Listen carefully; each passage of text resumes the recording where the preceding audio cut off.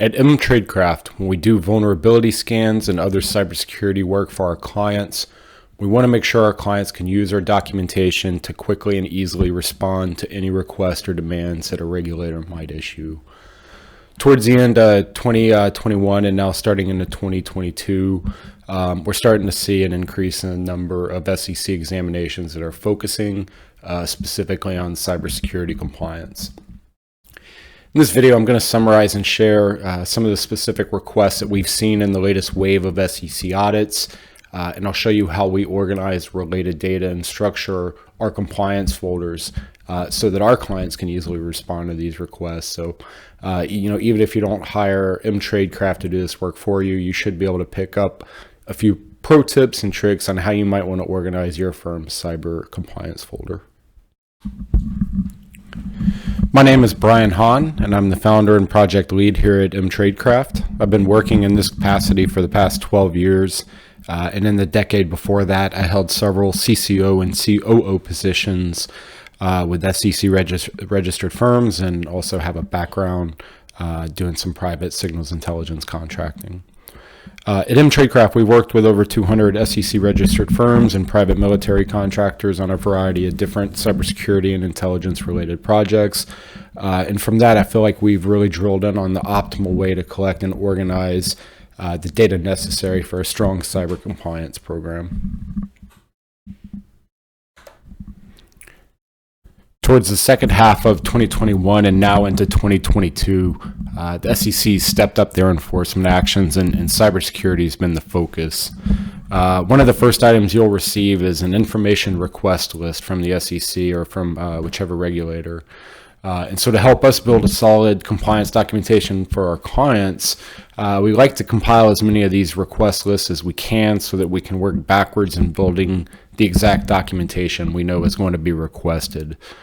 Today we're going to be considering and summarizing items from our most recent copy of this request list, which is dated December 2021, and it comes out of the Fort Worth office, though we've also seen exact copies come out of the Boston office as well. I know we've shared this on several places, so if you haven't read through this document yet, please reach out, and we're happy to email you a copy. And we've also sent copies in previous ThreatWire communications, if you can see there. So as a CCO, this is a great document to have on hand so that you can read through these and think about the workflows, when you'll need to produce this documentation. When reading through that cybersecurity documentation request list, you'll see a focus on several different items. Those are the cybersecurity awareness training, which this isn't a new one. We've seen this request or request for evidence for this type of training for a while now. It used to be that everyone could pass around a sign-up sheet during the annual compliance meeting and then call it a day. And we're seeing that just doesn't fly anymore. So I'm not going to spend too much time on that on this subject today. I know we've covered it in other videos, but if you need a solution for this, reach out, and we'd love to set you up with a free demo of our Fieldcraft solution to see if it works for you. It's by far the least expensive solution out there, and it takes less than 10 minutes to deploy. We also see that they are looking to see a focus or focusing on the organization of employee IT records and the user access rights, in addition to looking for evidence of organized patch management and system update schedules. You'll also see mentions and requests for vulnerability scanning and penetration testing, literally on the same page there. So again, this continues to be a little bit of a frustration for us here with the SEC's frequent interchanging of these, of the vulnerability scan and penetration testing wording. Because in our world, these are two very different items with two very different price points, and they're certainly not appropriate for every SEC registered firm out there. But nevertheless, you must show some kind of evidence here. And we're also seeing a request for documentation for the different cyber breaches and incidents that might have come up. Again, there's nothing new in this request, but today I want to show you an easy way to compile that sort of data and present it in a way that makes sense. And I think one of the biggest focus is the senior level involvement and wanting evidence of senior management being involved in the day-to-day cybersecurity discussion and making sure that IT is running a tight ship and a secure operation.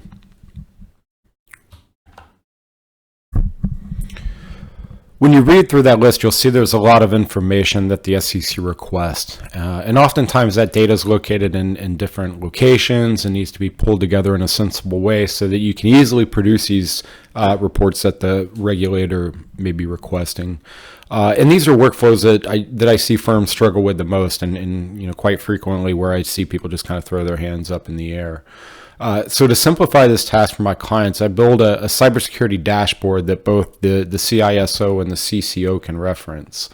In other words, the idea is that one, I want to be able to give the CISO and the CCO the vision and the insight they need to monitor and protect the network. So literally a battle map. And two, I want to give them both the ability to produce the cybersecurity compliance reports and provide the needed insight to the non-IT executive team to keep them into that conversation. So let's take a look at some of the screenshots from this dashboard and some examples that we built from other clients to show you how we've organized this information. Here's an example of that dashboard that I built for a firm with $330 million in assets under management. They had 6 employees in one office location. On this dashboard, each dot represents a piece of IT equipment or software, port service, with the lines explaining how these systems operate, how they share data, and who has access to that data. This report is interactive, and if you zoom in on these dots, you will see that each contains some vital information about our cybersecurity and IT infrastructure. So we use this dashboard to collect and organize all of the data that the SEC might request. Here's a small focused section of that dashboard that demonstrates one way we might map your employees, their relevant information and their user access rights. Here you can see that John Doe is an employee of Vela Ford. If you look in the property view, you'll see some attributes that can document John's title, his hire date, and his overall user access rights. We can use this panel to customize any information a particular firm may need to collect about a particular person or an entity or a host. So it's fully customizable in the report if you have some specific information that you may need to collect. Here you can see that the domain velaford.com and the subdomain secure.velaford.com, which hosts the firm's file sharing, are connected to the Vela Ford organization. And the dotted line allows us to identify that John has admin access to that system. So this, of course, is a very simplified version, and most firms will have very large maps. But the search and reporting function within these reports makes it easy to sort through this data when you need to produce specific reports. For example, if you wanted to produce a report of only individuals who have access to client records, or a report of individuals who have admin rights on the Office 365 platform, for example.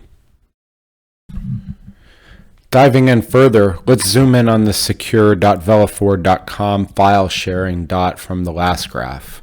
Here we've used information from our network mapping and vulnerability scanning to identify the different ports, services, and systems that are open and operating on the file sharing host. So having this level of information in a cleanly mapped and easily searchable form allows us to easily compare our firm's real-time systems against a list of known vulnerabilities and to continue to test for vulnerabilities. For instance, you could compare this data against the weekly CISA email report that comes out on newly discovered vulnerabilities to have quick insight on if you might be vulnerable to a new exploit that's making the rounds. So having this information in such an organized format also allows us to assign tasks and bookmark particular systems that we know we need to visit for upgrades, patches, and updates. So this is a great way to manage those system update schedules that the SEC is always requesting to see. In a similar fashion to our external dashboard of the secure.velaford file sharing host, we can also make a dashboard for the internal network within an office building. In this example, you can see we have a company called Dunder Mifflin that has an office in Scranton, Pennsylvania, where in this example, we have 2 hosts connected to this network. We have pam.dundermifflin.local and scanner.dundermifflin.local. And on each system, we also map the ports and services that are open. And that makes us sure, that helps us make sure that systems are updated and patched. And within each entity, again, we can also set up a schedule for how often patch checking will be performed. You can see that we're also tracking a vulnerability in this example, which is represented with the bomb icon. And if you click on the vulnerability, you'll be provided with all the details, documentation, and remediation instructions associated with that particular vulnerability. The SEC is known for asking for documentation regarding known breaches, both external and internal. Here you can see we built an external breach map for a sample user, johndoe@gmail.com. Below his email address, you can see the different breaches where we found his email address located. At MTradecraft, we have over 8 terabytes of breach intelligence data that we've collected through the years, in addition to retail sources that we can consult for this data. And we're particularly heavily focused on data from known criminal dark web forums and pastebins that we know have been involved in breaches with other firms. You can also see where we added a note that included the name, date, and description of the breach, just so as you pass this report up to executives or others that need to see it, they can also have a full understanding of what happened in that particular breach, or our understanding of what happened. And below that, we also mapped the data that we were able to recover in that search. So we actually want to know, what data went missing.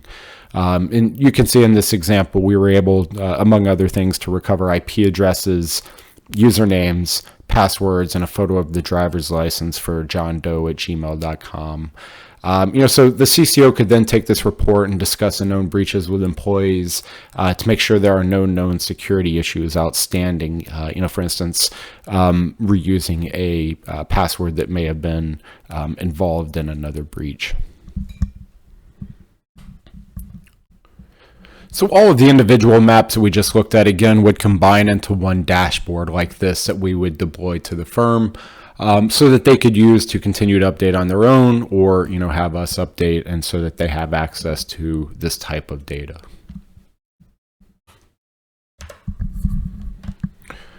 What I find is that having the IT infrastructure graphically mapped, easily searchable, bookmarkable, and reportable makes it easy for a firm to be on top of their cybersecurity compliance obligations, and simple to produce the necessary reports to keep the non-IT executive team in the loop regarding your firm's cybersecurity issues. For a lot of firms, it just comes down to understanding how to collect the data and to how to organize it in a reportable fashion. If you'd like to request a PDF copy of the cybersecurity information request list that we discussed, just send me an email at info@mtradecraft.com, and I'll send a copy of that report to you. Or again, you can also pick it up from our ThreatWire emails that go out. If you have any questions regarding your firm's cybersecurity compliance program, please feel free to schedule some time on my calendar to discuss that. You can do so at the bottom of our homepage, which is located at www.mtradecraft.com. You can also call or email, whatever is most convenient for you. Always enjoy these conversations, so if I can be of any assistance, please feel free to reach out. And thank you for your time and watching this video.